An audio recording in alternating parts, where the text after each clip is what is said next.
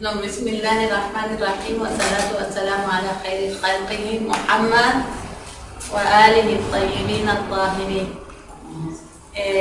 Ahora En el nombre de Dios, el compasivo y misericordioso.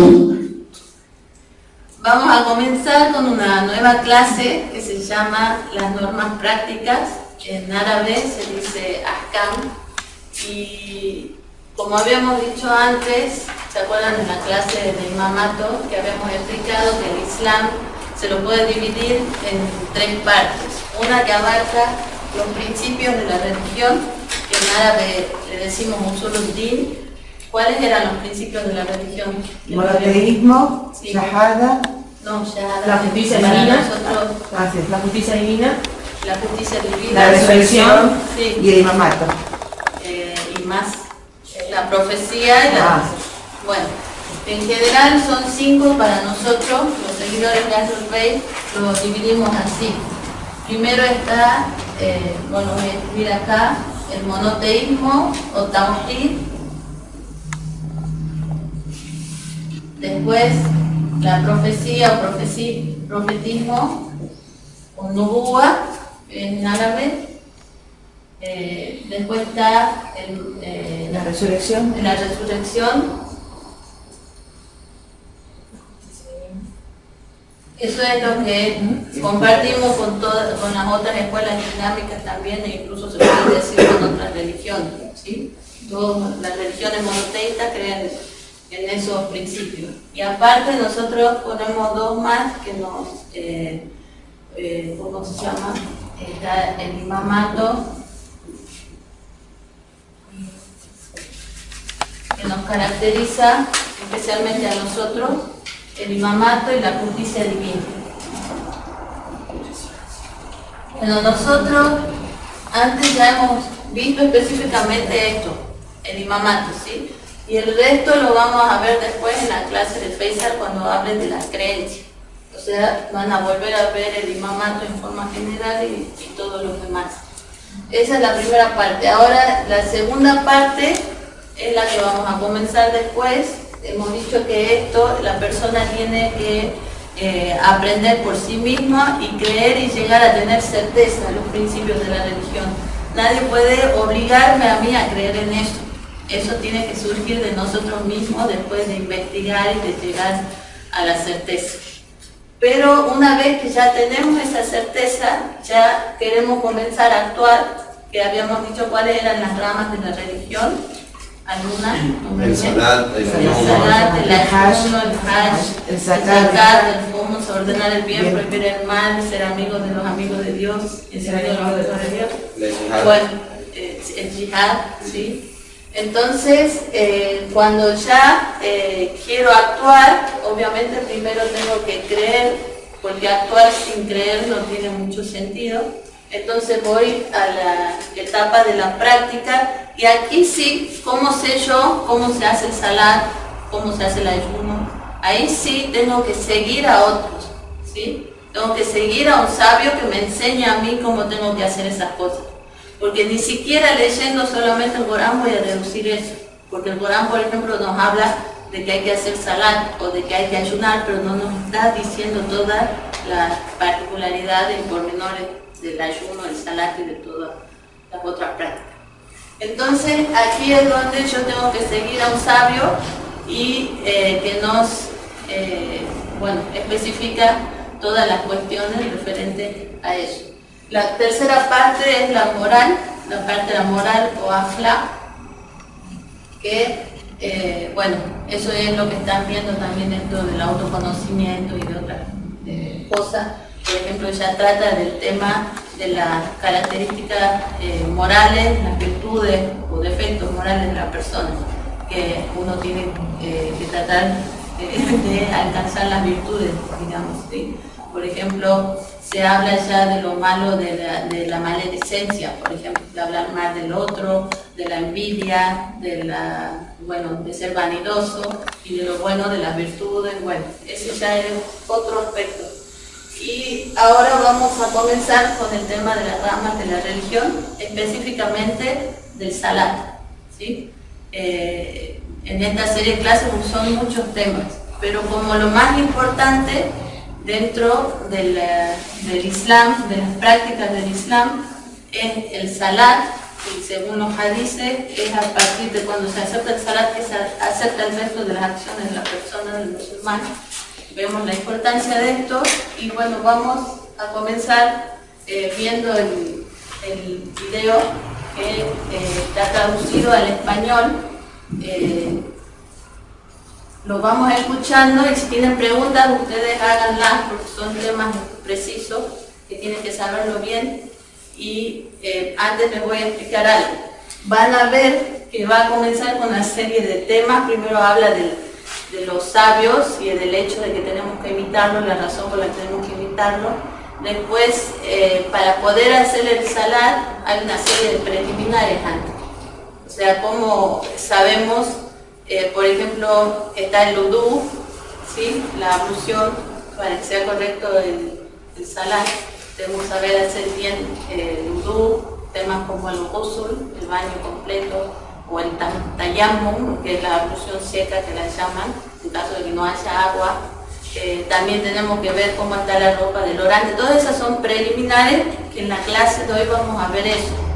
Después, ya en clases siguientes, vamos a entrar recién al tema del salat propiamente dicho. Ahora vamos a comenzar con las preliminares.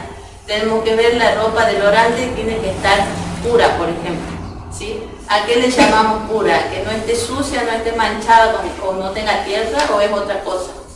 No, son otras cosas que vamos a ver cuáles son las impurezas según la legislación islámica, o sea, para estas cuestiones. Por ejemplo, cuáles son algunas cosas que impurifican. La orina, sí, la sangre, la orina, por ejemplo, que no esté en la ropa del orante o en el cuerpo del orante. ¿Sí? De ahí, todos los tipos de sangre son impuros. Algunos animales sí y algunos animales no. Por ejemplo, la orina de un animal que es lícito comerlo, no es impura. Si llego a tener eso en la ropa, no va a ser impura. Entonces también vamos a tener que entrar como una preliminar en el tema de cuáles son los animales que son lícitos o no. ¿Sí? Después, ¿cómo purifico eso? Simplemente echándole agua y listo y ya está, lo lavo así, o hay una manera de lavarlo. ¿Cuáles son las cosas que purifican? Por ejemplo, si un edificio, una pared está sucia, ¿cómo también las opciones que tengo para que se purifique? Porque ya tengo que ver que en general todo el entorno donde yo me muevo, tratar, por supuesto, no que esté puro. ¿Para qué? Para que yo no esté constantemente en contacto mi ropa, mi cuerpo y no tenga ese problema, ¿sí? Entonces vamos a ver cuáles son las cosas que purifican también, la manera en que se purifican y bueno, y todo eso antes de entrar de lleno en lo que es cómo se realiza el salat y todas esas cuestiones. Bueno, vamos a comenzar. Escuchen y cualquier cosa que yo voy a ir interrumpiendo para ir explicándoles y ustedes también si tienen preguntas, El ahkam, o sea las leyes prácticas, es el conjunto de las órdenes prácticas del Islam para nuestra vida individual y social, las cuales se arraigan en la revelación divina y son desarrolladas a través de nuestro gran profeta Muhammad y los imames, guías infalibles. Las bendiciones y la paz de Dios sea sobre todos ellos. Los eruditos del Islam y todos los fieles alumnos de esta escuela a lo largo de la historia, tanto han esforzado en demasía para hacer llegar a nuestras manos este valioso legado del Islam. La serie de obras nombra la ahkam, luz de las leyes prácticas, tiene como meta, dentro de los recursos a su alcance, dar a conocer una importante parte de los preceptos islámicos necesarios para el común de la gente. Todas las lecciones de este conjunto se han elaborado de tal modo que coincida con las fábulas de los grandes sabios jurisconsultos, quienes son puntos de referencia de los musulmanes. Cabe destacar que las fuentes utilizadas están registradas al final de cada lección. Bueno, esa ha sido una introducción para que les explique más o menos de qué se trata. Ahora Vamos a comenzar con el tema del tajlid. Ustedes pueden seguirlo también en las hojas que les repartió. Lo mismo que dice acá. Comenzamos con el tema de la imitación del sabio. 1. El tahlil, la imitación. بسم الله الرحمن الرحيم السلام عليكم ورحمة الله وبركاته. Todos los seres humanos desean ser individuos honestos. Aman las obras correctas y bellas y odian las feas y deshonestas. Así también desean conocer las bondades y las maldades. En nuestra religión, es decir el Islam, la parte que se encarga de presentar las acciones apropiadas o inapropiadas es denominada fiqh o jurisprudencia, o en otras palabras, las leyes prácticas. En sus libros de las leyes prácticas, nuestros sabios dicen que es una obligación para todo creyente aprender las cuestiones que generalmente le son necesarias. Es decir, que el hombre debe conocer, de acuerdo a su necesidad, las normas de la religión que determinan la responsabilidad de los seres humanos en cuanto a sus propias obras y conductas. Bueno, acá dice que el hombre tiene que conocer las cosas necesarias para, bueno, en este caso poder adorar a Dios. ¿Y quién es este hombre? ¿Quién es este ser humano? ¿Cualquier niño, por ejemplo, tiene obligación de aprender estas cosas? No.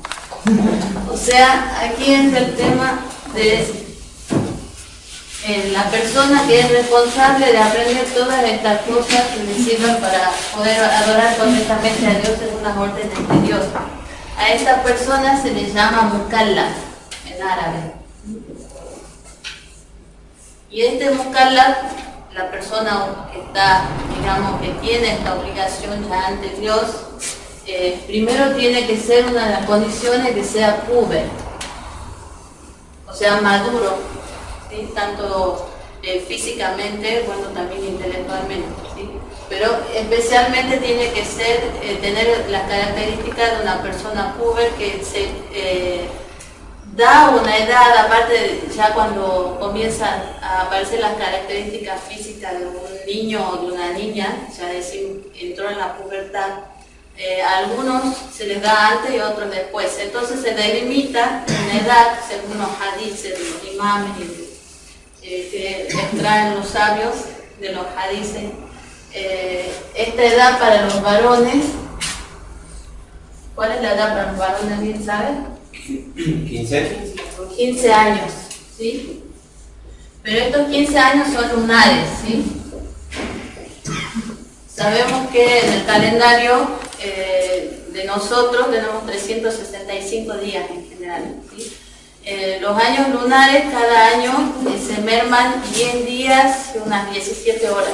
Es por eso que vemos en cada año el mes de Ramadán no coincide con nuestros meses solares, porque va mermando un poco más de 10 días. Es por eso que al hacer este cálculo, si decimos que los varones llegan a la edad de taklif, o sea, de tener la obligación de realizar todos estos actos como el salat, el ayuno y todo, serían más o menos unos 14 años de los nuestros y 6 meses y algunos días, ¿sí? ¿Cuántos días eran? Ahora, y el de las niñas, ¿cuánto sería? 12. Y 20 días, más o menos así un cálculo. Y el de las niñas, sería los 9 años, un año.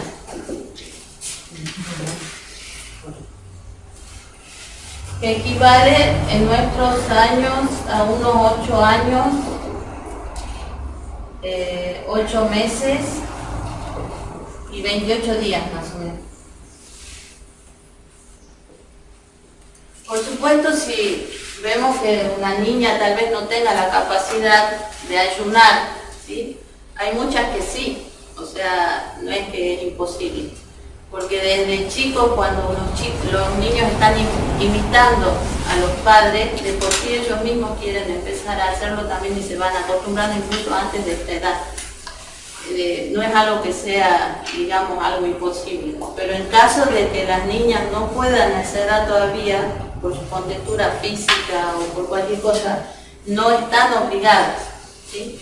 Otra de las características, otra de las condiciones para que uno esté obligado es que tenga la capacidad de hacerlo. En todo caso lo recuperan después, ya cuando son más grandes recuperan esos días que no habían ayunado. ¿Y por qué las niñas primero que los varones, en una edad más temprana? Porque son las mujeres más maduras, maduran físicamente temprano y también mentalmente. Bueno, la otra característica es que sea cuerdo, ¿sí? Una persona, un enfermo mental que tiene una deficiencia mental, obviamente no está obligado ante Dios. Dios no le va no lo responsabiliza de sus actos. O sea, otra de las características es que sea cuerdo. Por supuesto, si alguien que no es cuerdo no tiene la capacidad mental, o un niño hace el hajj o alguna otra, el salat o el ayuno, Dios le recompensa, obviamente. No es que queda así nomás, pero no tiene la obligación. No es que Dios lo va a castigar porque no me hiciste caso ni nada. Y bueno, la otra que dijimos es que tenga la capacidad, ¿sí? Entonces, lo que vamos a ver a partir de ahora es de las personas que son mukallaf, cuál es su obligación ante Dios. Hay un hadith qudsi que le dicen, o sea, son los hadiths que son palabras de Dios, que no es lo que está en el Corán, pero son como dichos que Dios también dijo, ¿sí? Le dicen hadith qudsi. Y dice uno, ma yataqarrabu ilayya abdun min ibadi, no se aproxima a mí un siervo de entre los siervos, bishay'in ahabbu ilayya, con algo más amado para mí, mimma iftaradtu alayhi, de lo que yo le he ordenado que haga. O sea, las cuestiones estas, como el salat, el ayuno, el hajj, en la medida de las posibilidades y todo lo demás. Entonces, bueno, vamos a seguir. Acá comienza diciendo, explica las vías para conocer las normas de la ley islámica. Cómo nosotros podemos llegar a conocer estas normas que Dios espera de nosotros, con todos los detalles. Existen dos formas de aprender los mandatos de la religión. Una breve y global y otra desarrollada y extensa. Aprender en forma extensa y desarrollada requiere ingresar a los centros teológicos y aprender en forma minuciosa y extensa todas las leyes prácticas de la religión, junto a sus raíces, sus pruebas y sus argumentos, y llegar al grado de ijtihad, nivel científico en el que se puede extraer las leyes prácticas del Islam a partir de las cuatro fuentes de la jurisprudencia islámica que son el Corán, el intelecto, la tradición y el consenso de los sabios. Tal persona es llamada mujtahid, es decir, quien tiene la capacidad científica de extraer los mandatos de la religión a partir de sus fuentes. Bueno, acá explica que una de las vías para llegar a conocer esto es minuciosa y extensa, llegar al grado de ijtihad, o sea, que llegar a ser un sabio. Como dice ahí, ingresar a la escuela religiosa, ir a una universidad, estar muchos años estudiando, y no es suficiente unos cuantos años para llegar a ese nivel. La persona tiene que llegar a tener especialización en muchas materias. Por ejemplo, uno cuando va a una universidad en Irán, una universidad religiosa teológica, en los primeros años ve esta serie de materias que les voy a nombrar, ve en general. Ahora, a partir de ahí, la persona que tiene interés en llegar a seguir haciendo un estudio minucioso puede tardar años. Por eso generalmente, no digo que es imposible en alguien joven, se da también, pero generalmente vemos que los sabios que ya escriben sus tratados de normas islámicas son personas mayores. ¿Por qué? Porque han estado toda una vida haciendo investigación y especializándose en estas materias. Por ejemplo, las materias que se ven, por ejemplo, sería el árabe, principalmente el árabe, y con todas las ramas del idioma. Está la morfología, la sintaxis, el tema de conocer bien todas las palabras, el vocabulario. Hay muchas, ¿sí? Dentro del idioma árabe de lo que hay para aprender. No estoy diciendo aprender a leer, a escribir y a entender algo, no. Realmente a entender profundamente el idioma árabe, ¿sí? Después también se estudia lógica, que es para ayuda a poder razonar y a pensar bien. Se estudia Rijal, que es una materia que se refiere a las personas que han transmitido los hadices. Si estas personas eran confiables o no, si eran mentirosas, si puede un hadiz que se ha transmitido hacerle caso o no, porque todas estas leyes y normas de las CAM no se derivan solo del Corán. Como dice ahí, los sabios, ¿a qué fuentes se refieren? Son 4 las fuentes a las que los sabios se refieren para extraer esas normas.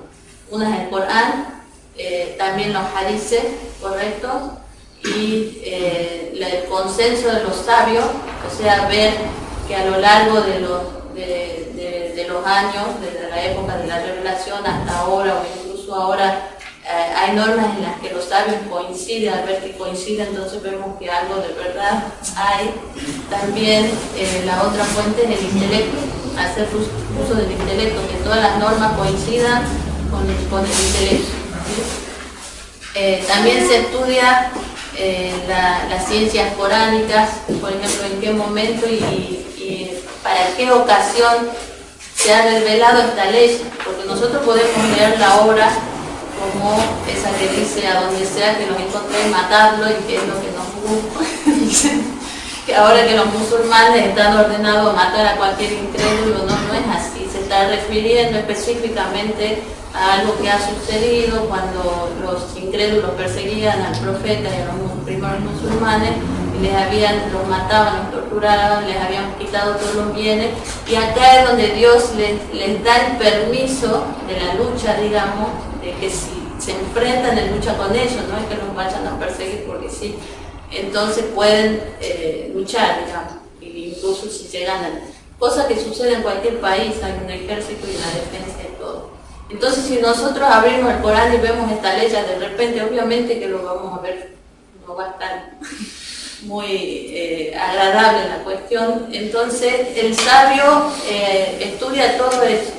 O sea, por qué ha sido revelada esta ley, en qué ocasión, en qué año, si antes o después de la emigración, analiza el árabe, porque hoy es posible que un vocabulario signifique algo diferente a lo que significaba en esa época. Analiza la historia también, tiene que tener un conocimiento profundo, no algunos datos, ¿sí?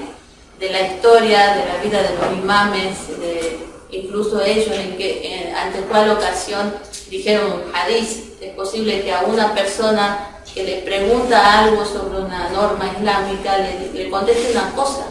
Tal vez estaba en situación de taqiyya, no podía responderle otra cosa. Los imames también hacían taqiyya, o sea, taqiyya significa ocultar la creencia para defender la vida, por ejemplo, o para defender un tipo de situación. ¿Eso se puede hacer? Se puede hacer, pero en algunos casos. Nosotros acá no tenemos por qué hacer taqiyya, nadie nos está persiguiendo, ni está en peligro nuestras vidas, nuestros bienes, ni nuestra familia. Es en caso de que esté en peligro nuestras vidas, bienes, familia. Entonces uno, para proteger eso, y vemos que si nos arriesgamos no vamos a ganar nada. No es lo mismo como el caso de Imam Hussein, por ejemplo, que para él ya no era la taqiyya, por la situación que se había dado, ya no le correspondía hacer taqiyya. Entonces se levanta en contra del gobierno para evitar que la religión se tergiverse, ¿sí? Porque se estaban dando todo para que el Islam original desaparezca. Pero otros imames sí les tocó hacer taqiyya, no por miedo a su propia vida, sino por defender a los pocos seguidores que tenían en su época, o por otras cuestiones. Entonces podría suceder que venga una persona, le pregunte alguna norma al respecto, o simplemente no por taqiyya, sino porque esta persona no estaba capacitada para más que eso. Entonces le respondía una cosa, pero a otro le respondía otra ante la misma pregunta. Entonces uno dice que hay una contradicción. No, entonces todo eso se estudia, el hadith, en qué situación ha sido dicho, y bueno, un montón. También tenemos el tafsir, la exégesis del Corán, Kalam, tiene que hacer los sabios un estudio profundo de lo que es el sistema de las creencias islámicas, cada uno de los puntos que les había nombrado, de los principios de la religión, el monoteísmo, estudiar todo en profundidad. Eso lleva años, no es leer un libro o unos cuantos, o incluso ir unos años a la universidad. Entonces, a él aquí lo que está diciendo es que una de las vías para que nosotros conozcamos es hacer ese estudio detallado, cosa que la mayoría no está capacitada porque se dedican a otras profesiones o porque no puede, no le da, o por diferentes razones, o porque no quiere dedicarse a otra cosa. Entonces, es ahí donde uno ya viene la segunda, que es la forma global y general, o sea que nosotros imitemos al sabio, a esta persona que ha hecho ese estudio, que no es cualquiera, o sea, no porque leamos un poco de Corán, ya sabemos todo y yo ahora puedo decir a la gente lo que tiene que hacer o lo que no tiene que hacer. Realmente uno tiene que imitar y sacar estas cuestiones de gente que se ha especializado en eso. ¿Sí? Bueno. La segunda forma es un conocimiento global y general, es decir, aprender las cuestiones de la religión en el marco de las propias necesidades. Posiblemente hayan oído que los médicos especialistas aprendieron algo importante del Imam Khomeini en los últimos días de su vida, cuando estaba internado en el hospital, su espíritu de obediencia a los médicos. El Imam decía: llevaré a cabo todo lo que ustedes determinen y especifiquen. Ese es el real significado de taqlid o imitación. Es de esa manera que un sabio que es un referencial en las normas de jurisprudencia y las normas religiosas es a la vez un imitador en las cuestiones medicinales. Es decir, actúa según la orden de una persona especialista y no cuestiona su juicio y las fatwas de un sheikh. La respuesta es que, una vez escuchemos. Bueno, aquí hay unos puntos que están no han sido puestos en el video, pero están en los cuadernillos que les he repartido. Habla, dice, por supuesto, un sabio referencial debe, además de ijtihad, que ijtihad es este esfuerzo que hace el sabio para ese estudio que hace para extraer de todas de las cuatro fuentes, o sea, el Corán, la Sunna que es la vida del profeta. No, también puede, la Sunna es, la traduce como tradición, pero se refiere a los hadices, ¿sí? En general a los hadices que él o también los imames de Ahlul Bayt para nosotros dijeron, o también las cosas que ellos hicieron, ¿sí? Tal vez no lo dijeron de palabras, pero actuaron de una forma que entonces queda registrado en la historia, y entonces los sabios analizan por qué el profeta actuó de tal o tal manera, o sea, si actuó así es porque se puede hacer, o es porque no se puede hacer, ¿sí? O sea, no solo son los hadices de los dichos verbales, sino las acciones de ellos, y también puede ser las acciones de los demás. Alguien actuó de determinada forma, un musulmán delante de ellos hizo tal o cual cosa y el profeta o los imames no dijeron nada, se quedaron callados, o sea, están aprobando ese acto. Porque ellos, como líderes que tienen la obligación de dirigir a las personas, si hubieran visto a alguien actuando de una manera que no es correcta, tenían la obligación de decir, no quedarse callados. Entonces la Sunna comprende todo eso, generalmente nos referimos a los hadices, pero también se refiere a las acciones de ellos y a las aprobaciones tácitas de los inmaculados. Y este mujtahid, ¿qué hace? Extrae, mujtahid le dicen al que hace ijtihad, al sabio. Ijtihad es el esfuerzo que hace por extraer de estas cuatro fuentes, de la Sunna, del Corán, usando el intelecto y también del consenso de los sabios, las normas. Y este sabio, porque hay muchos sabios, tal vez haya sabios que no sean mujtahid, que no hayan llegado a ese grado de poder extraer todas las normas, ¿sí? Entonces este sabio tiene que tener ciertas condiciones, no solo porque llegue a ese nivel de capacidad, haya estudiado tanto, sino también tiene que tener otras condiciones, por ejemplo, sobre todo ser justo. Pero acá justo, ¿a qué se refiere? Justo se refiere a alguien que no comete acciones que no tiene que cometer y que hace todo lo obligatorio, ¿sí?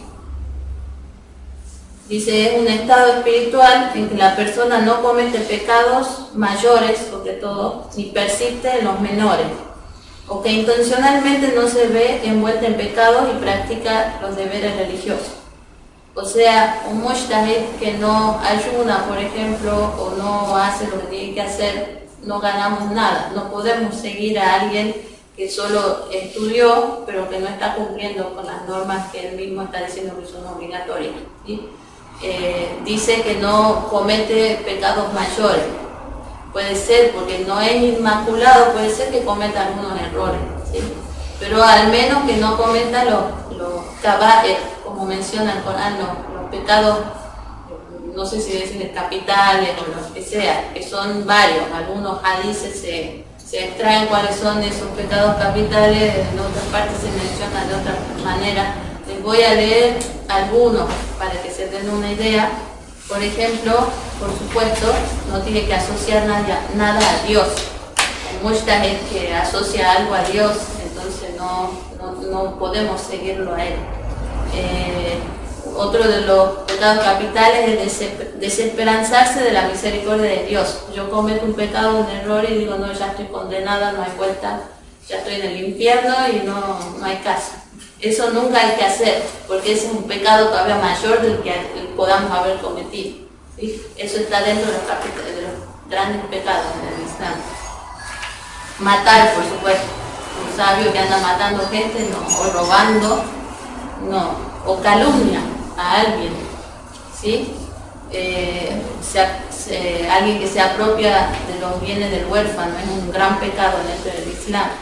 La usura, practicar la magia, la brujería, el adulterio, jurar en falso, traicionar. La maledicencia es considerada uno de los grandes pecados, ¿sabía? Hablar mal de otra persona a sus espaldas. Entonces, también se hace una lista más larga. Un sabio que hace todo eso, obviamente no tiene la capacidad de que una gran cantidad de gente lo siga, ¿sí? Y esté viendo qué dice, o sea, no, todo tiene que ajustarse, o sea, no solo el conocimiento, sino la moral también para que pueda ser seguido.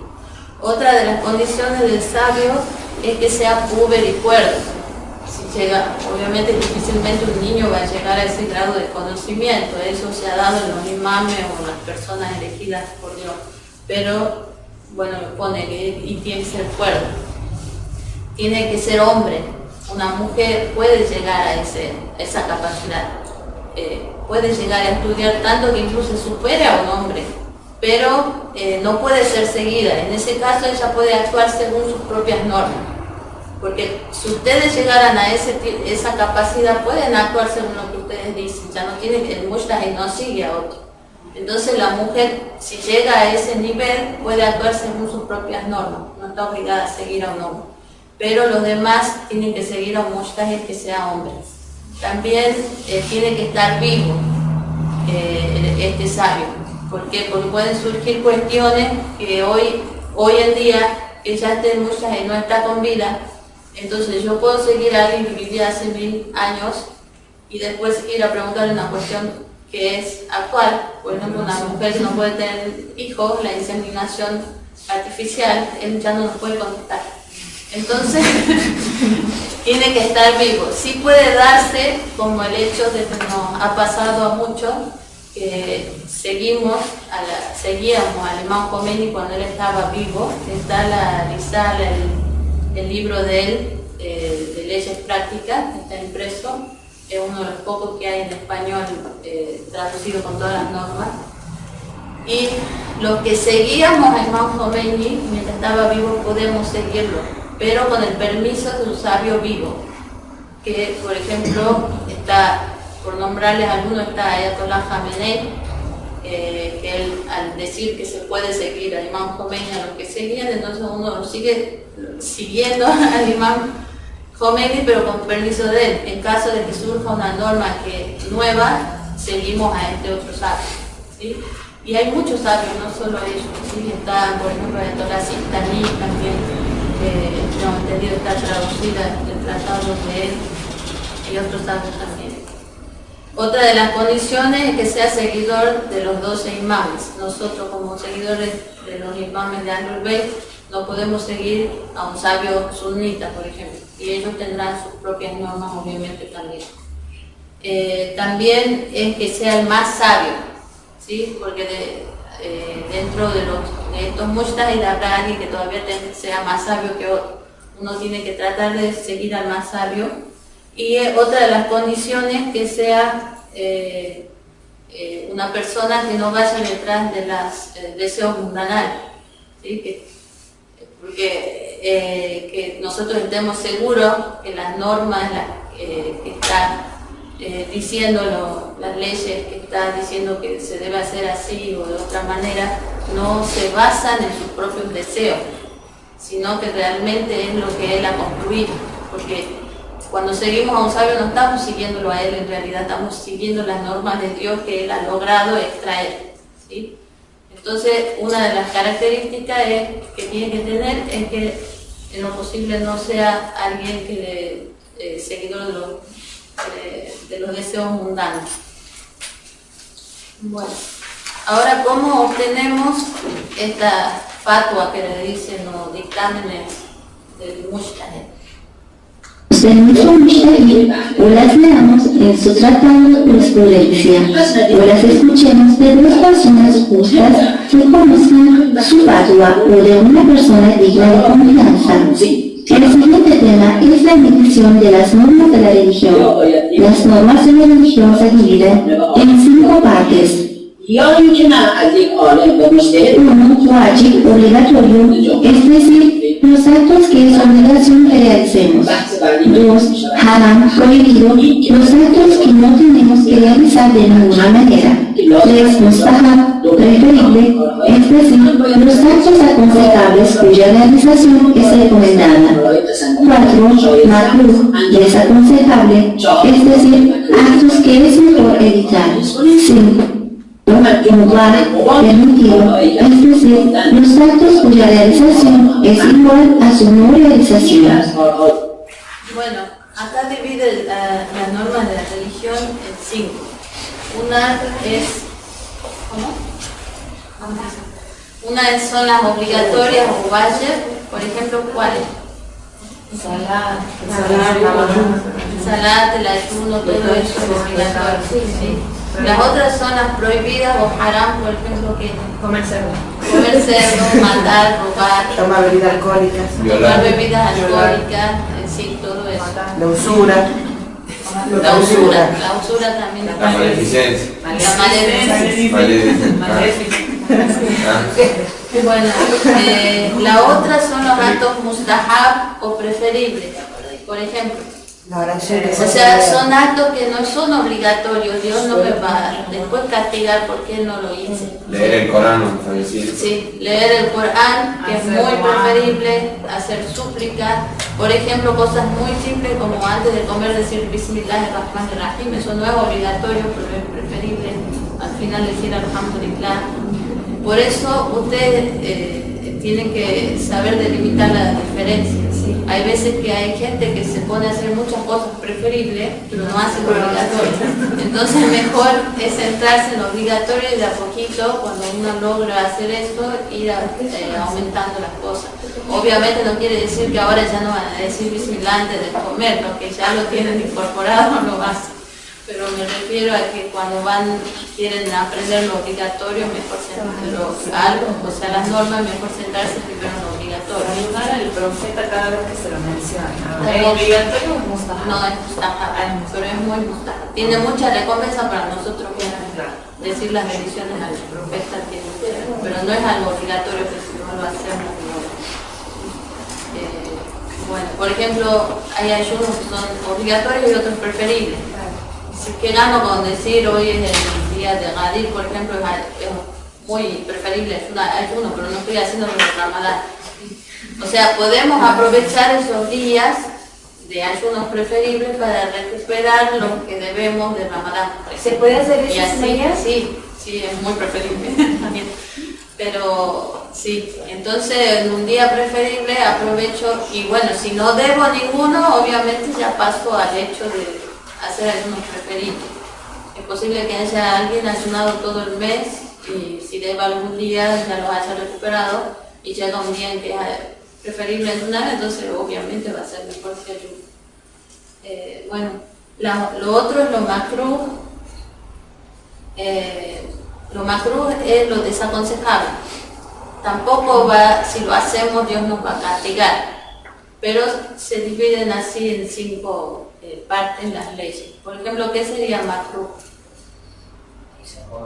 Cosas muy, si estamos hablando de cosas muy hacer el simples. salat sin el wudu, puede ser. No, eso invalida el salat. Directamente el salat no sería correcto. ¿Sí? Lo que digo puede ser lo que clase anterior sobre la envidia o... Sí, bueno, envidia la verdad que es bastante, pero no vamos a ser castigados, digamos, claro, mientras no estemos perjudicando, nuestra envidia no salga por los poros a perjudicar a alguien. Se refiere a un tipo de envidia que no está en nosotros. Vemos algo, yo quisiera tenerlo, bueno, y no pasó de eso. No una envidia que ya es una enfermedad y perjudica a todos. Sí. Por ejemplo, algo desaconsejable por dar cuestiones muy sencillas, ¿no? Es comer comida muy caliente. Eso es desaconsejable. Porque nos perjudica a nosotros mismos. No que Dios nos va a ir a castigar porque comimos una comida muy caliente. Soplar la comida. ¿Sí? ¿Por qué? Para que se fríe rápido. Son cuestiones, o sea, tal vez por al soplar uno está tirando bacterias o por el solo hecho que quede feo, no sé. Dios sabe. Hay muchas cosas que no entendemos, habría que ir directamente a profundizar, depende de qué cosa sea dentro de la medicina, qué perjuicio puede tener. Por ejemplo, está prohibido para el hombre usar cosas de oro. Entonces uno dice, ¿por qué? La mujer no. Eso ya depende, analizando todo, porque no sé qué causa en la sangre al hombre, cosas que no a la mujer. Y bueno, hay muchas leyes en el Islam que están ahí, uno de entrada no entiende, pero sí tienen causa. Y vemos cómo ahora en la medicina se descubren muchas cosas que están en el Islam hace 1400 años y recién ahora no están. Como por ejemplo, ¿cómo? Como por ejemplo, ¿qué?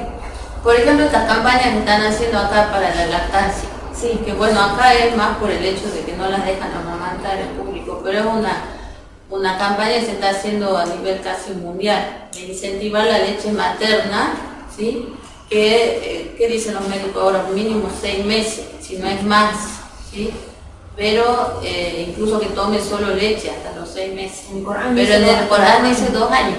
¿Sí? Y eso ahora lo están hablando y están incentivando más. Entonces, eso es un ejemplo, hay muchas cosas. ¿Sí? Y la quinta cosa sería lo mubah o permitida. No es, si uno quiere lo hace y si no, no da lo mismo. No afecta en ningún sentido. Por ejemplo, viajar. Me voy de viaje el fin de semana. ¿Es bueno o malo? Uno lo puede hacer, está permitido. Caminar, me siento ahora, me levanto. Yo decido. No tiene nada de... ¿sí? La más importante obligación religiosa es la oración. La oración consta de preliminares, obligaciones y otras normas. Entre los preliminares de la oración se encuentran cuestiones como la ablución y la pureza, con lo cual nos familiarizaremos a continuación, si Dios lo permite. Este señor es el que hizo esta serie de clases. ¿Sí? Un libro? especialista en el tema. Él es el que escribió este libro también. Se llama Falah Zadeh el nombre. ¿Sí? Él es especialista en los temas de acá, tiene varios libros. Esto es un libro resumido con las cosas más necesarias. Esto todavía es con lo más necesario, con las cosas prohibidas y las obligatorias. Pero si vamos a leer la Risala o Tratado de los Sabios, de los Mushtahid, ellos es mucho más extenso. Para cada cosa están especificando todos los detalles, todo lo que es preferible, lo obligatorio, dentro de cada cosa, dentro del salat, dentro del wudú, dentro de cada cosa que hacemos hay cosas que son incluso preferibles, ¿sí? Acá estamos viendo lo que es obligatorio saber. Y bueno, ahora continuamos con el otro. Entramos ya al tema. Las cosas que purifican. Las cosas que purifican. Como les había dicho, para llegar a poder hacer el salat hay que cumplir con algunas preliminares, entre esas el wudú y también el tema de la vestimenta y el cuerpo tiene que estar puro. Acá presentan primero las cosas que purifican, después hablan de cuáles son las impuras. Así que bueno, tengan en cuenta eso, después vamos a ver eso. La oración es la más importante obligación divina, puesto que constituye el pilar de la religión, el símbolo de la escuela del Islam, y es la luz de los ojos del profeta, la paz sea con él. Es lo primero sobre lo que se pregunta en el día del juicio final, y es la llave del paraíso. Para realizar esta gran adoración, debemos presentarnos ante Dios Altísimo con un alma iluminada y un cuerpo puro. La pureza espiritual se logra a través de la ablución, wudú, el baño completo, y la ablución seca tayammum. Y para lograr la purificación corporal y aparente es necesario limpiar las impurezas de nuestro cuerpo y boca. Por lo tanto, es necesario conocer bien las cosas que purifican las impurezas, las cuales son el agua, la tierra, el sol, istihara, transmutación, integral, transferencia, el Islam, tabaía, dependencia, eliminación de la impureza, purificación de los animales que comen cosas impuras y la ausencia del musulmán. ¿Sí? Bueno, acá les nombran las 10 cosas que purifican, no es solo el agua, ¿sí? Esas impurezas lo vamos a ver después. Ahora comienza a dar ejemplos de cada una. Un musulmán que tiene en su posesión algo impuro se ausenta y nosotros damos la posibilidad de que lo ha lavado, ya no hará falta abstenerse de ello. Acá dice que una de las cosas que purifican, las cosas que uno tiene que considerar que están puras, en realidad es la ausencia del musulmán. ¿Qué quiere decir eso? Quiere decir que si yo, por ejemplo, voy, por dar un ejemplo, a la casa de un musulmán, él no está presente, él se ausenta, y yo quiero usar algo de lo que está ahí, por ejemplo, piso, el suelo, descalza, con el pie mojado, todo, yo tengo que considerar que tal vez eso esté impuro y me estoy purificando o no. No, simplemente al saber que es un musulmán que por supuesto sabe de esto, ¿no? Porque tal vez yo estoy sabiendo que esta persona es un musulmán, pero no tiene conocimiento de este tipo de cosas.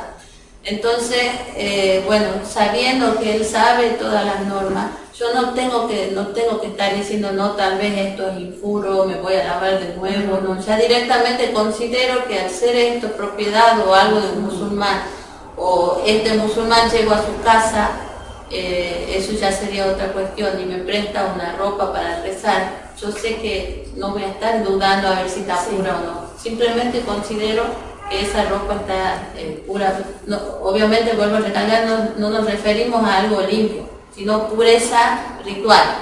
Así que vamos a entrar en ese tema. Orina y la materia fecal de un animal cuyo consumo es lícito y que se ha acostumbrado a comer las impurezas del hombre son impuras, y para purificarlo se debe evitar que el animal coma impurezas durante un periodo en particular. Bueno, otra de las cosas es que, por ejemplo, la materia fecal y la orina de un animal que es lícito comer se considera puro. Si yo me llego a ensuciar con eso la ropa, no hace falta que me lave, bueno, si uno quiere lavarse igual, pero digamos, en caso de que yo rece y vea que en medio del salat, que tengo eso ahí, no hace falta romper el salat y ir a lavarlo, no es impuro. Pero hay veces que estos animales que son lícitos comer, por ejemplo una gallina, vemos que está comiendo impurezas de los hombres, ¿sí? De excremento, orina, constantemente está alimentándose de eso. Entonces, ahí sí ya su propio orina sería impura y si nos manchamos con eso. Bueno, es muy específico, ahora van a empezar a ver cosas específicas que tal vez no se imaginaban que había, pero bueno. Por eso lo pasa rápido a este tema, para ya entrar de lleno al tema ese.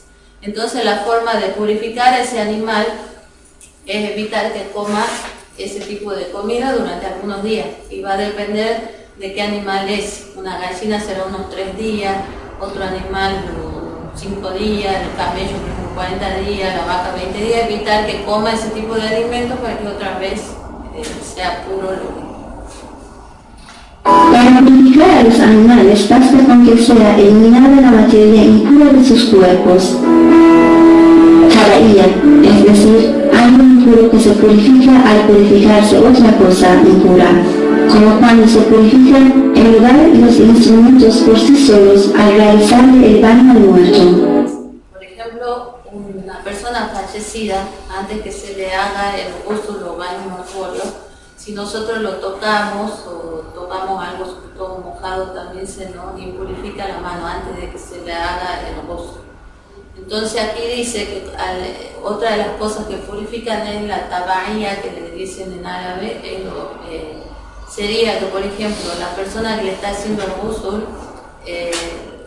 lo pone generalmente sobre una cama, ¿verdad? El fallecido. Al tirar agua, esa cama se está impurificando, ¿sí? Pero al terminar de hacerle los 3 ghusl, esa cama también se purifica sin que tengamos que después separarla y purificarla por separado. Al ir cayendo el agua, al terminar, ¿no?, con los 3 ghusl, que son 3 ghusl del fallecido, esa cama y la mano de la persona que está haciéndole, dice que esta es otra forma de purificar.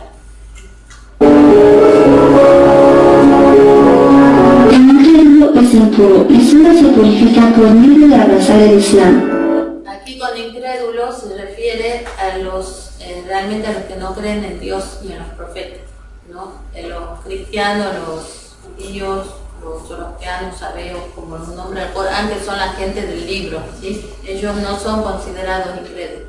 Estamos hablando de alguien que niega a Dios, que si por ejemplo tomamos mate con esa persona, obviamente tenemos que tratar de evitarlo, porque se transmite a través de eso. ¿El mate? No, es un ejemplo. Supongamos que tenemos las manos mojadas y le damos la mano a alguien que sabemos, no es que tenemos que estar analizando las creencias de las personas. Sabemos que esta persona niega a Dios, constantemente está hablando de que niega a Dios, sabemos que es un incrédulo. Entonces, mandamos la mano mojada, se nos transmite, y yo quiero ir a hacer salat, bueno, me tengo que lavar. No es que tenemos que alejarnos de él ni nada, no, simplemente ¿Qué cuestión de transmite esa expresión. persona, Sumaya? ¿Qué transmite, por ejemplo, esa persona que no gana? Transmite. O sea, estamos hablando de la pureza ritual. ¿Cuáles son las cosas impuras? Ya no nos importa sus creencias en este caso. Pero en el caso Si no quiere creer, que no crea. Pero su cuerpo para nosotros es impuro, ¿sí? Entonces si llegamos a tocarlo con las manos, si tenemos las manos secas no pasa nada. Después vamos a ver eso cómo se trata. es lo mismo la persona que dice que no, o para mí no es lo mismo, pero Sí. se pregunta vos, la persona que no cree en Dios de aquella que cree en Dios pero no tiene religión. No, es el no. agnóstico, creo que se llama.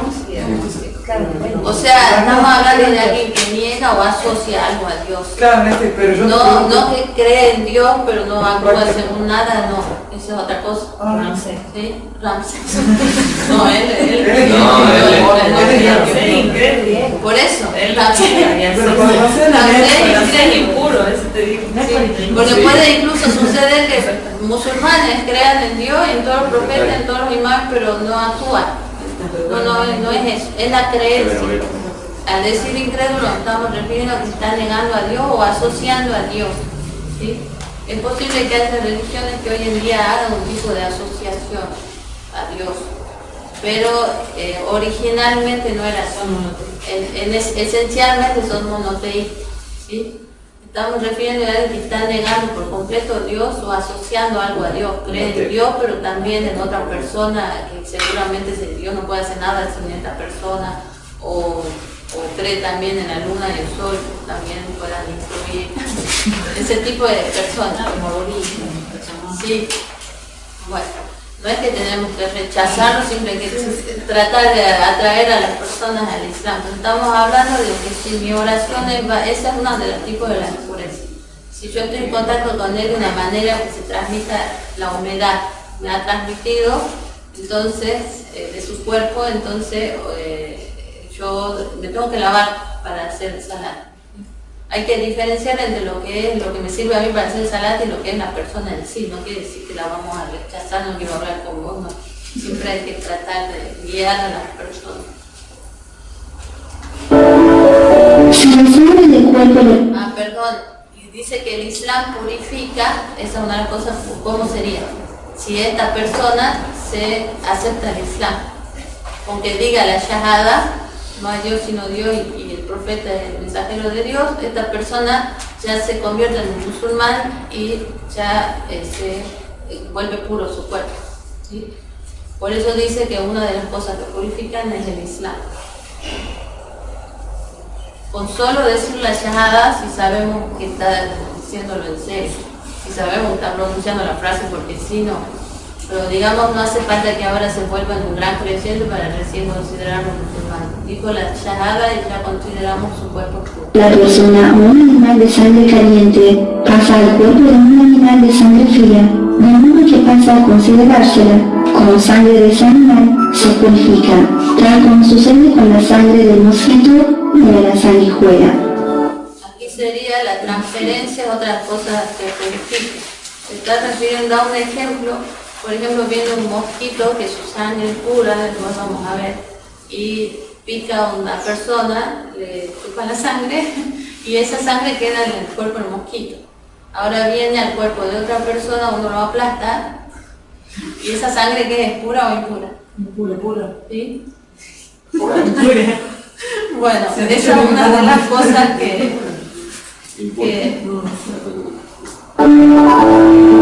Istihala, es decir, el cambio de género y esencia de una cosa impura, como el hecho de que una madera impura se convierta en ceniza o el vino se convierta en vinagre.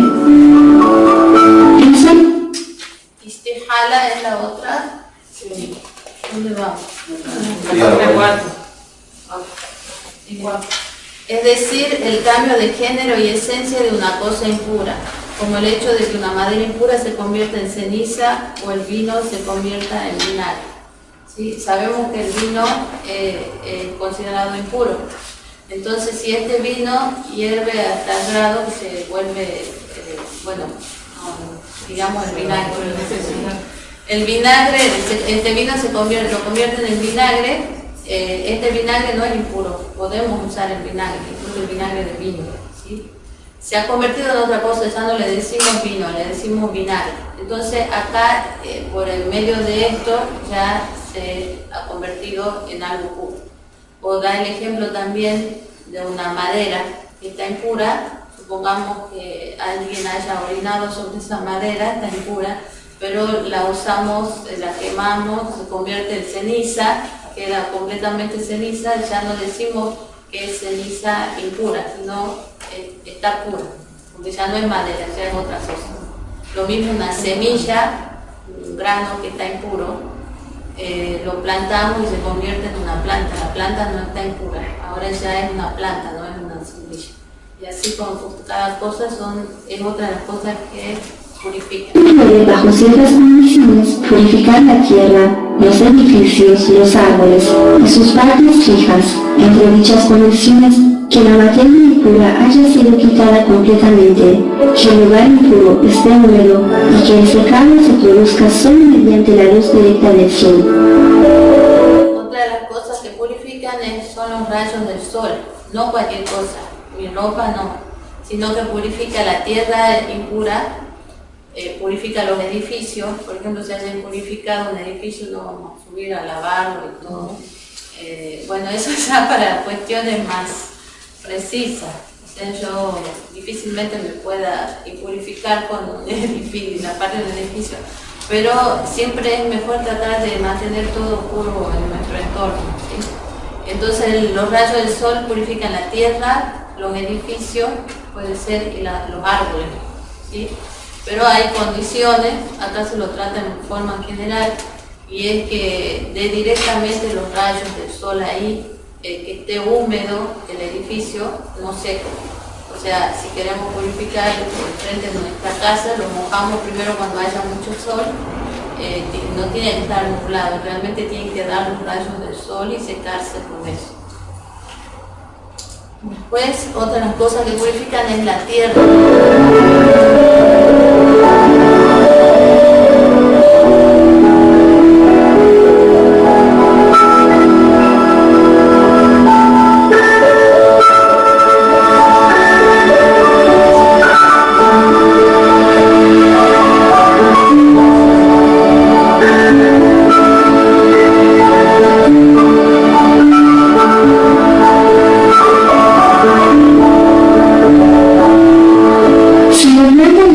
La suela del calzado se purifican por efecto de caminar. Podemos, tras quitar la materia impura, dar 15 pasos sobre tierra pura y seca a fin de que se purifiquen.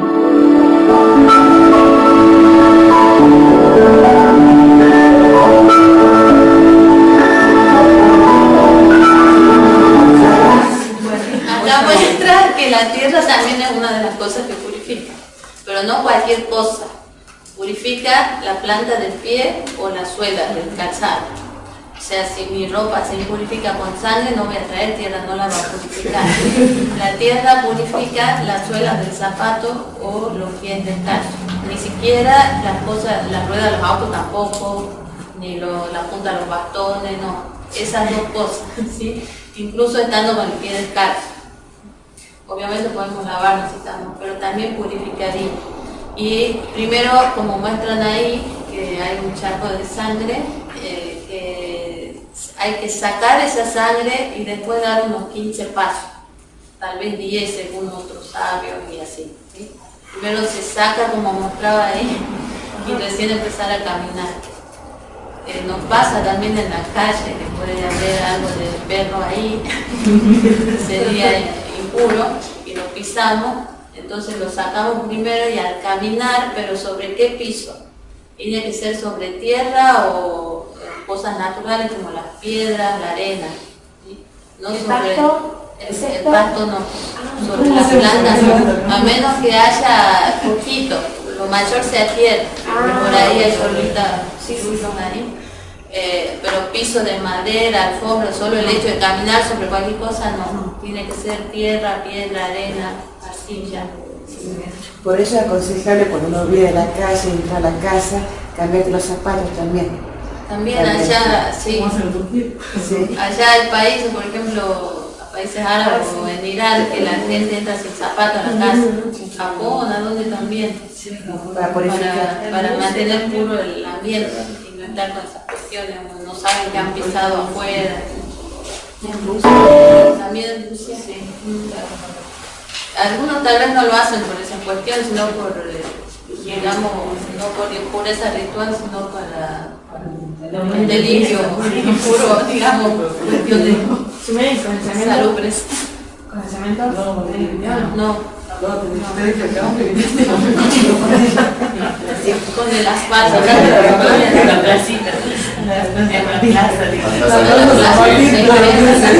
Y saltar con el pie.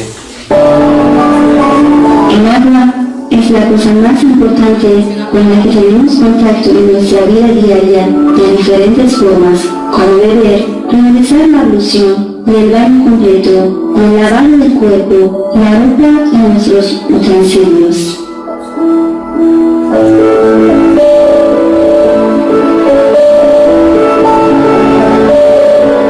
Por lo tanto, es necesario que conozcamos muy bien sus condiciones y normas.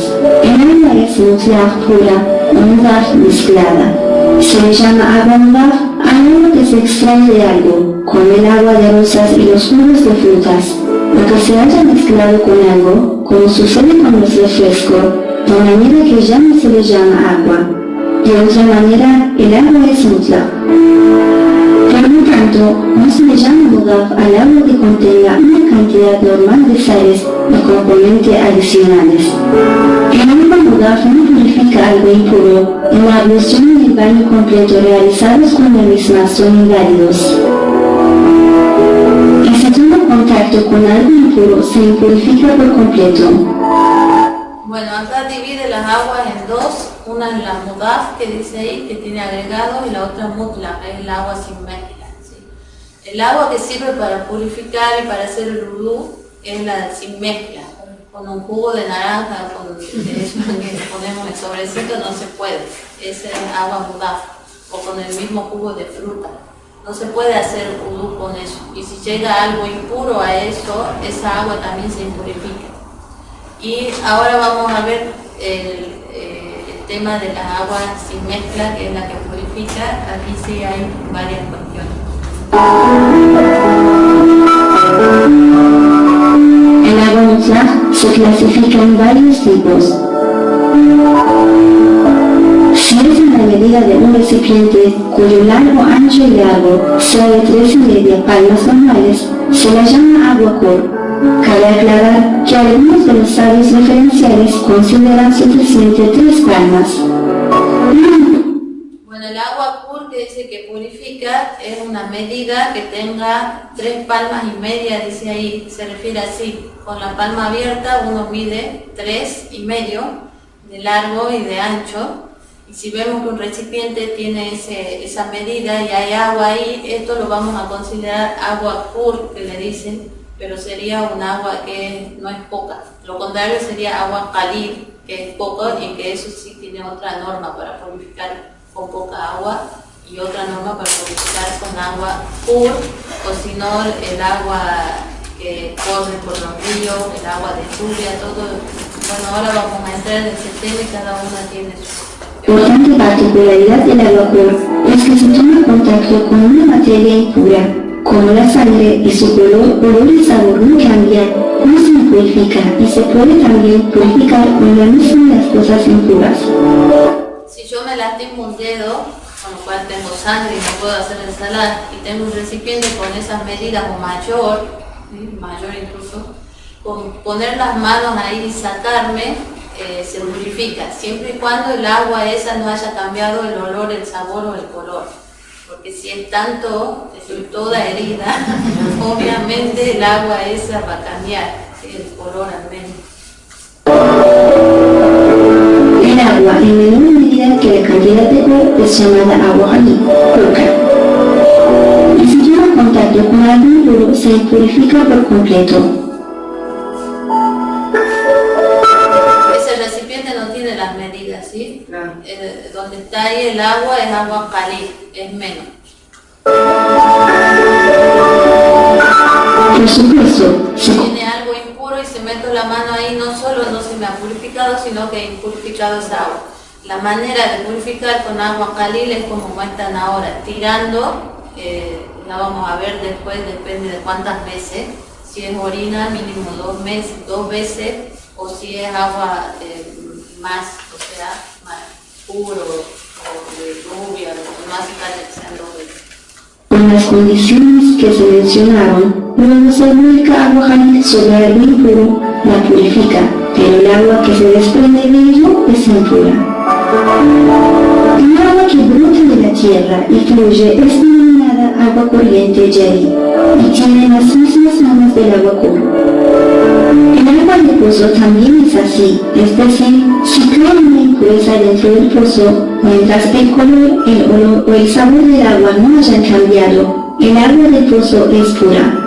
Otra de las divisiones del agua mutlaq es el agua de lluvia. Si algo impurificado, en el cual no se encuentra la materia impura, se dispone debajo de la lluvia, hasta el lugar que le llega el agua de lluvia, se purifica y no es necesario exprimir las alfombras y ropas. Asimismo, mientras está lloviendo, el agua que cae de las canaletas o se junta sobre la tierra o comienza a correr, purifica lo impurificado, bajo la condición de que no queden partículas de la materia impura. Las cosas que purifican. Ahora vamos a seguir con las impurezas. ¿Cuáles son esas impurezas? ¿Ha quedado claro eso? El agua del mar es agua salada, Sí. es como agua con mezcla. Las impurezas y creo que no hay problema en la sal esa que tiene de por sí el agua natural, no. O sea, por eso ahí aclaraba las sales que puedan tener, no. O sea, ahora si vos le pones un kilo de sal, pero el agua natural no. ¿Tienen alguna pregunta de esto? El perfume iba a preguntar yo. No, eso se consideraría que... No, claro, como impureza, pero ahora es justo estamos No, a menos que tenga alcohol, es seguro que es un alcohol que es de lo que embriaga, sí, pero por ahí dice alcohol y no es el embriagante. Purificación de las cosas puras. Todas las cosas en el mundo son puras excepto las siguientes: la orina, la materia fecal, el semen, la calumnia, la sangre, el perro, el cerdo, el incrédulo, el vino y la cerveza. Esa es la lista de cosas impuras y que tenemos que evitar que lo tengamos en el cuerpo, en la ropa, al momento de hacer sanar. El vodka, bueno, hablamos, cuando dice el vino y la cerveza no se refiere solo a ese tipo de hombre que lo conocemos, a cualquier bebida embriagante. Cualquier cosa líquida que embriaga es nayas. La droga es, nayas significa impuro. La droga es impura, sí, como que te embriaga, ¿no? Pero no es líquida. O sea, es haram tomar droga, muy malo.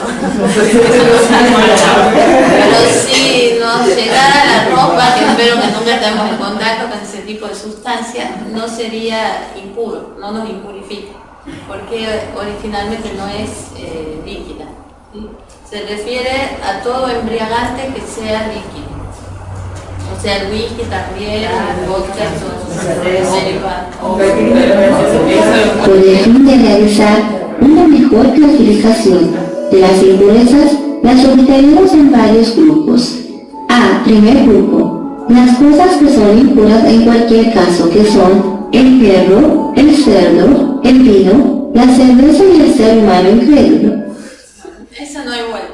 No hay vuelta que darle, son impuras. Por ejemplo, el perro. ¿Por qué en países islámicos no acostumbran a tener perros en la casa? Justamente por eso. ¿Sí? Van a ver en Siria, en Irán, no es que no existan los perros, sí existen, pero no es tanto como acá que los tienen en la casa, duermen con ellos. ¿Por qué? Porque se lo considera, no hay nada en contra del pobre perro, ni siquiera del cerdo, es una creación de Dios. Pero ahora que nosotros estemos conviviendo con ellos y bueno, eso, todas las partes del cuerpo del perro y del cerdo son impuras. Si vamos por la calle y viene un perro, generalmente los hocicos húmedos, ¿sí? Y se nos acerca la ropa y nos transmite esa humedad, entonces hay que lavar esa ropa porque entonces el salat no va a ser válido. Por eso hay que tratar de alejarse y bueno, si tiene el perro, dejarlo en un patio, que no esté en contacto con el lugar donde se pregunta, o sea, perdón preguntar, ¿no? Pero por ejemplo, si el perro me toca el pantalón y yo con ese pantalón hago salat, está impuro, digamos, pero yo, mi cuerpo no, digamos. No, tu cuerpo no, la parte de la ropa, digamos. Sí, la parte de la ropa hay que lavarla o te cambias. ¿Hay un hecho específico que haga que el perro sea impuro? Y bueno, es lo mismo que el cerdo, no sé, eso ya es una cuestión que yo no llego a tanto la razón por la que es, pero obviamente hay una diferencia del perro y el cerdo con el resto de los animales. O sea, porque el resto de los animales no Es que si puede ser la mascota, pero se purifica todo. Claro, de poder ser mascota puede, no es que sea haram y vas al infierno si tenés un perro, el tema es que te va a purificar todo. Es incómodo le va a purificar un perro en la casa. Es incómodo porque va a estar en todos los lugares, te va a estar rozando la ropa, todo lo que lava el perro. Y el gatito si viene y se acerca...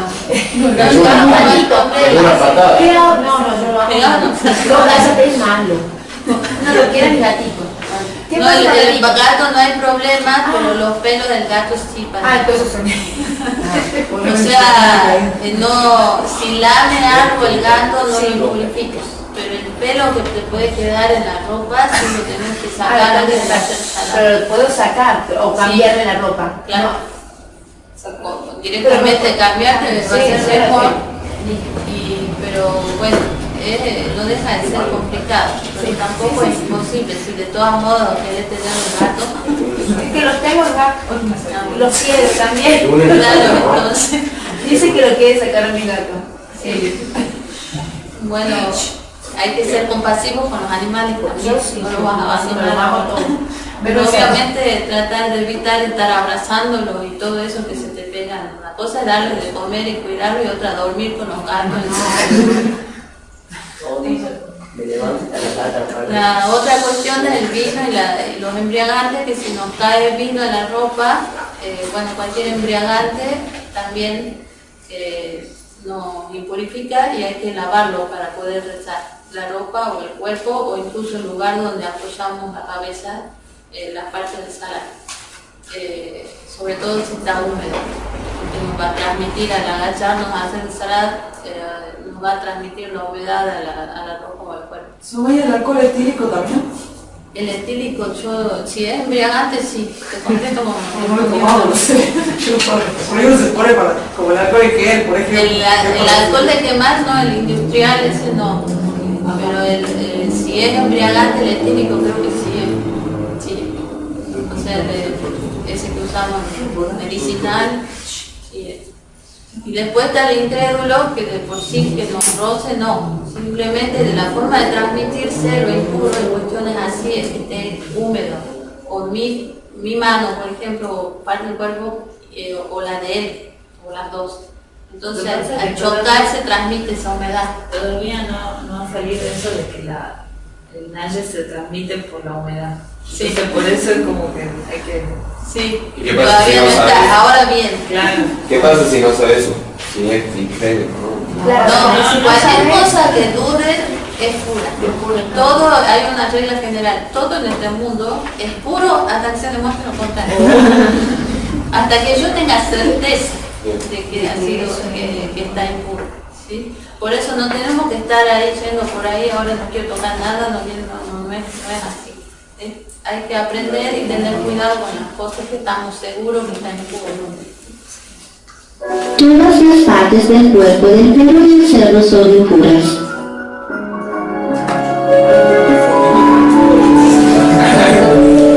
El vino, la cerveza y cualquier líquido embriagante también son impuros. El alcohol industrial no usado para consumo y el jugo de cebada son puros. Se le dice incrédulo a alguien que niega a Dios único o a sus profetas, o es hostil a los imames infalibles, la paz sea con ellos, y los insulta. Todo el cuerpo del incrédulo es impuro. La mayoría de los mayas, sabios referenciales de la religión, contemporáneos, consideran puros a la gente del libro, cristianos, judíos y zoroastras. B. Segundo grupo, comprende la sangre, el semen y la carroña, lo cual es impuro solo si pertenece al ser humano o a animales de sangre caliente. Bueno, ¿quiénes son los animales de sangre caliente? Bueno, en realidad serían los animales que si se les corta, por ejemplo, les salta la sangre salta. No así los animales que los llaman acá de sangre fría, que serían como los reptiles, los anfibios, los peces, ¿sí? Ellos son considerados, o sea, todos los excrementos, la orina de ese tipo de animales no es impura, pero los otros sí. ¿Y la carroña qué es la carroña? La carroña es un animal que muerto así solo, muere por sí mismo, muerte natural o porque le pegan un golpe, por ejemplo, no ha sido sacrificado al rito islámico. Sería considerado como carroña, cosas así. O sea, es impuro el cuerpo de este animal que no ha sido sacrificado. O tal vez algún sabio diga que es haram comer esa carne, pero tal vez no sea impuro. Pero en general se considera que sí. O un animal que ustedes ven en la calle que se ha muerto, si uno lo toca con la mano húmeda, entonces ya estaría impurificado el que la basta. Animal de sangre caliente. A lo que se refiere esta condición es que si se corta alguna arteria del cuerpo, la sangre brota con fuerza. Bueno, ahora pone una serie de animales que no son los de sangre caliente. Hay una equivocación aquí, está mostrando de reptiles, anfibios y peces que son Sangre fría. son sangre fría. Por eso hace rato decía, el orden tal vez no está bien para alguien que recién empieza. Hablaba de los animales que comen impureza y la forma de purificarlo era dejarlos sin comer unos cuantos días. Se refería a eso. A animales que sí son puros, son halal comerlo y sus nutrientes son lícitos, pero están acostumbrados a comer comidas que son impuras, entonces la forma de purificarlo.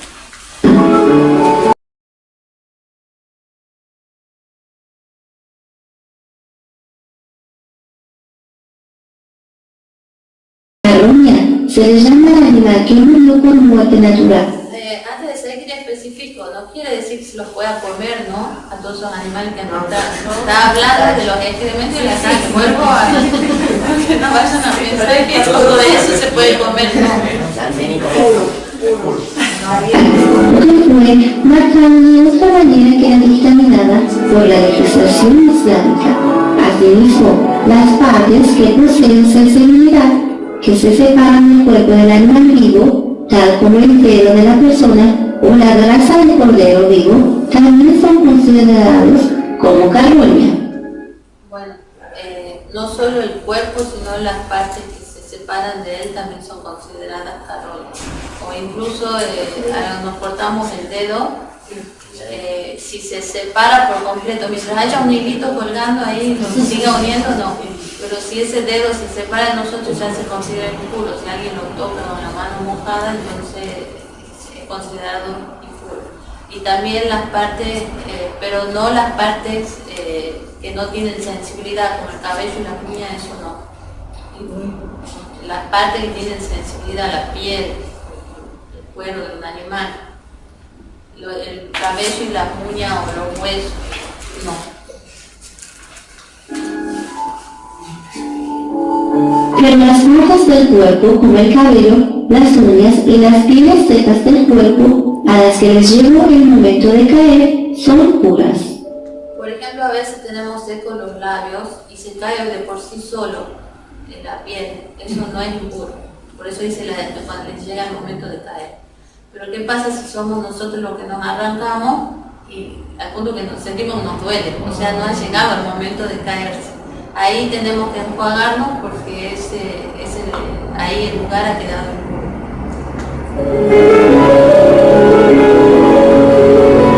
C. Tercer grupo. Comprende la orina y los excrementos, siendo solo impuros los de las personas y los de los animales cuyo consumo es ilícito y son de sangre caliente.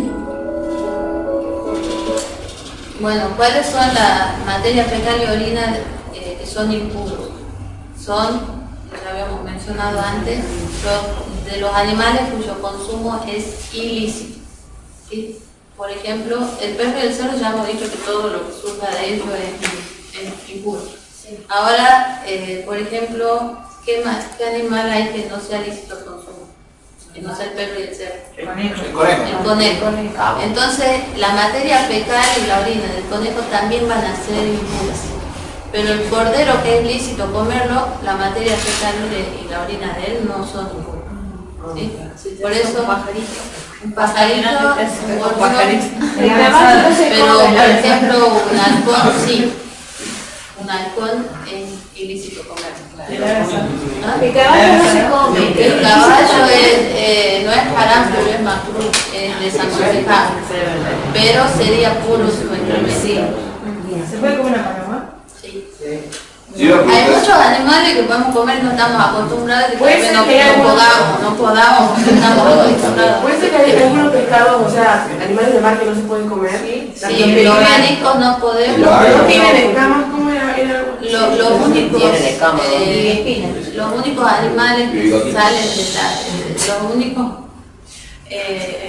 animales acuáticos que se pueden comer son los que tienen escamas y el langostino que tiene una especie de postre ahí que vendría a ser como la escama. No están obligados a comer, sino que, pero digamos son los únicos. Todo lo demás mariscos no se puede. pulpo, todo eso que está la gente acostumbrada a comer, no. Lo único son los peces con escama y el langostín. Animales, Nada más. Pero, o sea, ¿no es aconsejable o haram? O sea, es lícito. Es lícito. Y ahí si vos querés comerlo, lo comes, si no, no. No es que estás obligado. Es lícito solo comer los animales, los peces con escama y los langostinos. Nada más. ¿y animales muertos por disparos son considerados carroña? No, si vos tenés la intención de matarlo Para cazar, para comer. cazar, sí. Mientras sea lícito comerlo, un águila no se puede, por ejemplo. Estamos hablando de palomas, todos los tipos de ¿El halcón gorriones. también se puede comer? ¿Cómo? No se puede. Generalmente las aves, ahora va a empezar a nombrar, las aves que su aletear es más que su planear, ¿cómo era? Ven el halcón y las águilas planean y tardan en agitar las alas, eso generalmente no. Pero los pajaritos... Lo aprovechamos los más de Ahora va a empezar, como está hablando de eso, empieza a enumerar los animales que se pueden o no incluir. Para que quede claro esta parte, es necesario que conozcamos los animales cuyo consumo es lícito. Entre los animales marítimos, solo es lícito el consumo de los peces que tienen escamas y langostinos.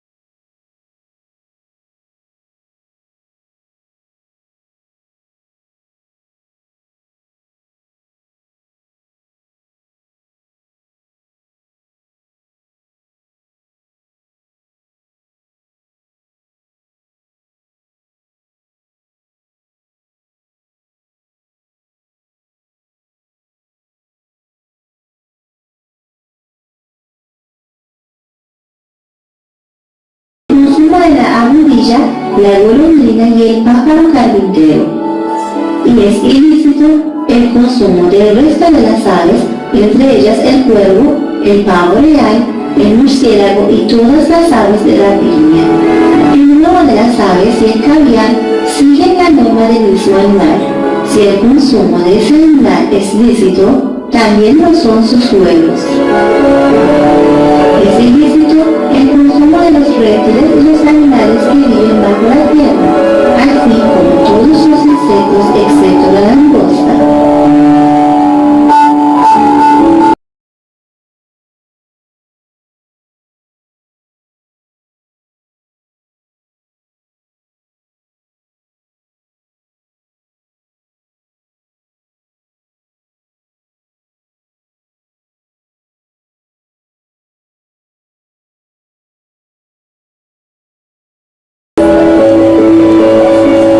Del resto de los animales es lícito el consumo de la carne de los diferentes tipos de corderos, vacas y camellos, gacela, ciervo, cabra de montaña y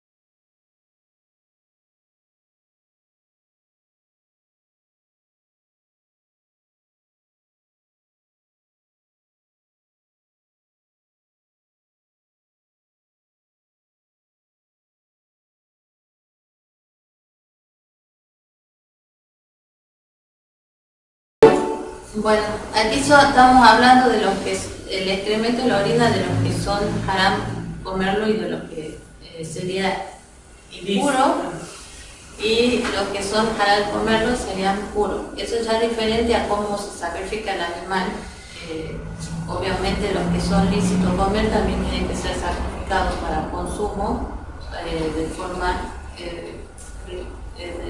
especifica el Islam, según el rito islámico.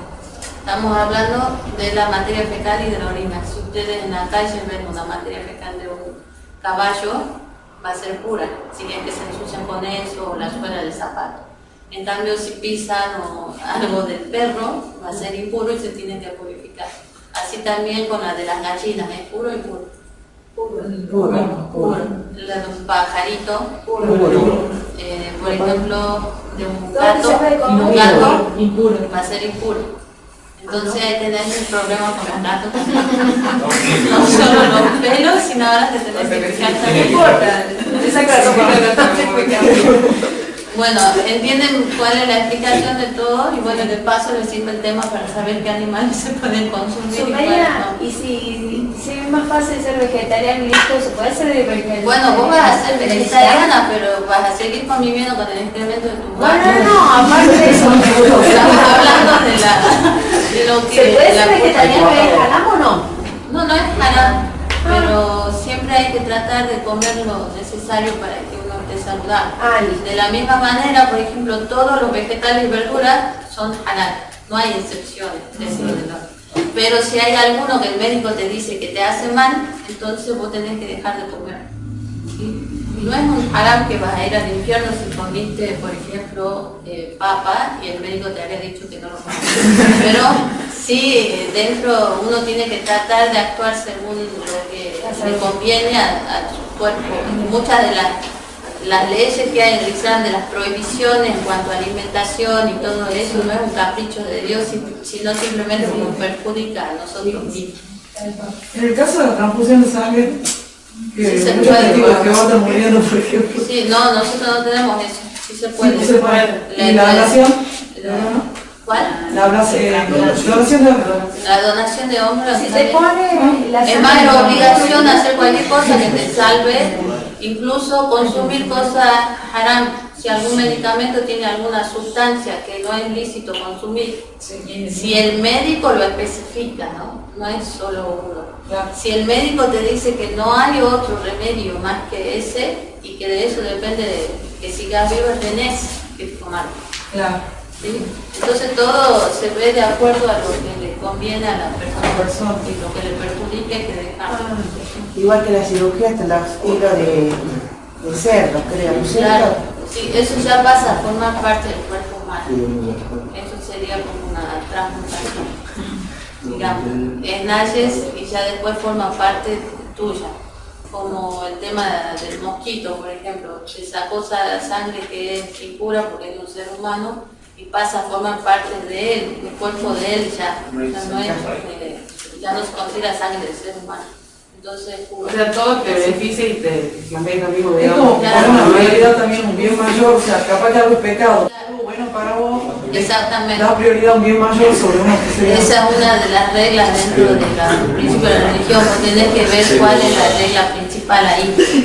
Hay casos en que, por ejemplo, se te está pasando el tiempo para hacer el salat, que es obligatorio, pero estás viendo a alguien que se está ahogando. ¿Qué vas a hacer salat? ¿Vas a salvar a esa persona? ¿Qué vas a salvar?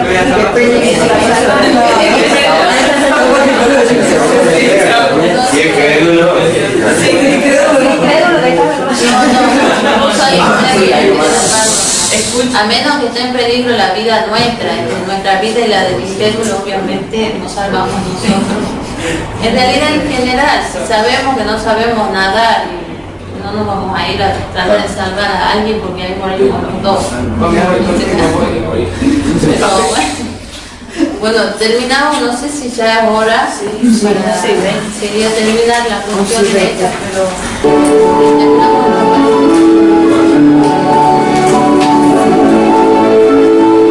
Los animales cuyo consumo es ilícito, en caso de que además sean de sangre caliente, su orina y excrementos también son impuros, aunque aunque el mismo cuerpo de todos los animales vivos es puro, excepto el del perro y el cerdo.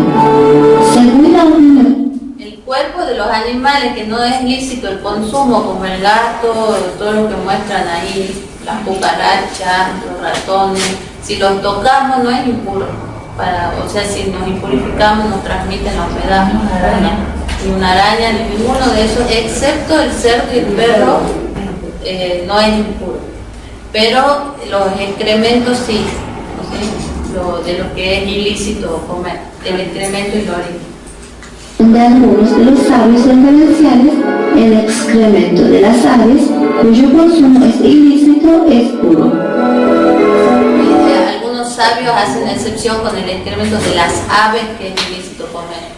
Algunos dicen que en general es impuro todo, de todos los animales que no se pueden comer, y algunos sabios dicen que de las aves que no se pueden comer, el excremento sería puro. La manera en que se impurifican las cosas.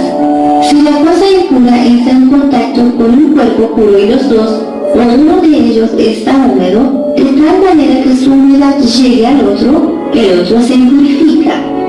Y si este cuerpo a su vez entra en contacto con un cuerpo puro, también lo impurifica.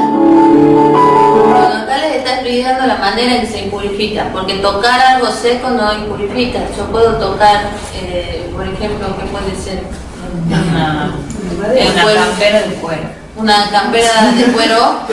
Este cuero no ha sido sacrificado de la vaca dueña de este cuero. No ha sido sacrificada según el rito islámico, entonces se considera que ese cuero, que generalmente todas las carteras, camperas que compramos acá, no podemos rezar con esos puestos. Por eso van a ver que a veces los hombres se sacan los cintos o las billeteras cuando están por hacer salar.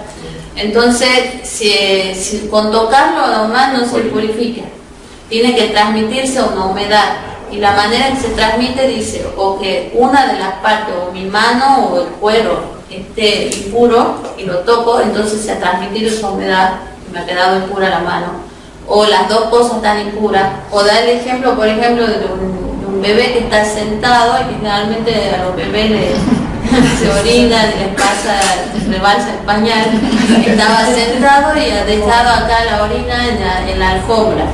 Entonces yo después puedo pasar por ahí descalza, por ejemplo, eso está mojado, entonces me transmite la humedad al pie. Entonces esa es la cuestión de siempre tratar de tener puro el entorno en el que estamos.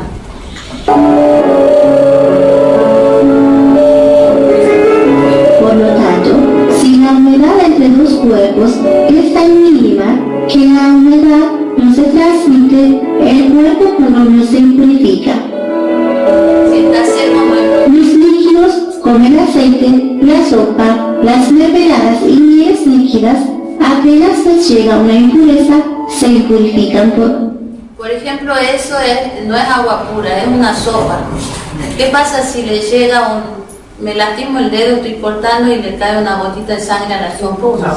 Toda la sopa se impurifica, ¿sí? Pero en caso de que un tacho de Leven, por ejemplo, que es el que van a mostrar, es algo más duro, cae un poco de sangre ahí, lo puedo sacar, ¿sí? No es que haya penetrado todo. Y si entro un poquito con la mosca, ¿cómo te pasa? No, la mosca no es impura. A veces cuestión de presión. Pero si una mosca cae en un vaso o una taza de té, por ejemplo, obviamente lo tiramos. Pero para dar un ejemplo, alguien desesperado y no tiene otra cosa que tomar, se saca la mosca. No, uno en su caso los tira, pero puede que eche 5 litros de Claro, de cabra abajo, ¿qué hacen? por eso, o sea, la mosca es pura. Incluso si lame un gato, o un gato sería puro. Pero bueno, no lo vamos a hacer. No es lo mismo que si lame un cerdo o un perro. Entonces hay cuestiones que puede ser que nos den asco, o sea, no, pero puro o impuro no es. En cambio, una gota de sangre que cae en una olla con de sopa, ya no dejarán comer, está impurificado. Pero si son espesos y casi sólidos, de manera que si se saca algo de ellos, su lugar queda vacío, aun cuando después sea llenado, solo se impurifica purifican los alrededores donde la cosa impura ha tomado contacto, y quitando esa parte se puede utilizar el resto. La tierra, las telas, las frutas y cosas como estas, si es que están mojadas, solo se purifican las partes a las que les llegó la impureza, y el resto de las partes es puro. Bueno, hasta aquí dejamos. La última cosa que les quería aclarar es que siempre me preguntan es, por ejemplo, si hicieron udú y se lastiman. Sí. ¿Hay que volver a hacer el udú? Sí. No. Simplemente se lavan la parte. Seguramente, después lo vamos a tratar cuando entremos el tema del udú. Pero como ya varias veces me han preguntado, a veces creen que porque se han impurificado la mano ya tienen que hacer el nuevo udú. Hay algunas cosas que validan el udú y otras no. Después vamos a ver. Te pone una curita. Sí. Bueno, la cuestión es lavarlo primero, ahora si hace falta cubrirlo después. Por el caso de una operación, una herida, algo. No invalida, el udú es una cosa y la cuestión esta de si está puro el lugar o no es otra. Que después vamos a ver. Realmente una herida de operación, ¿no? Sí. Son dos cuestiones diferentes. O sea, el hecho de que valga el udú o de que esté impurificado el cuerpo son dos cuestiones por separar. Bueno, pero la banda en la